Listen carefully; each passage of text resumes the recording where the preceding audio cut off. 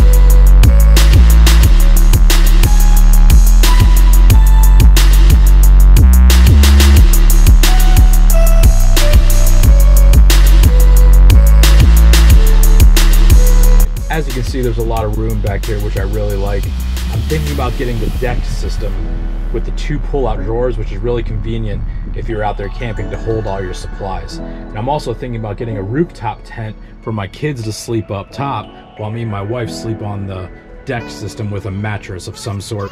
If you guys know of any good rooftop tents, comment down below which ones you would recommend. And also, if you know of any good overland builds that have a Leer topper on it like this, link them down below and comment down below so I can get some inspiration on my build. If you haven't already, make sure you hit that subscribe button and that bell notification so you don't miss out on a single video.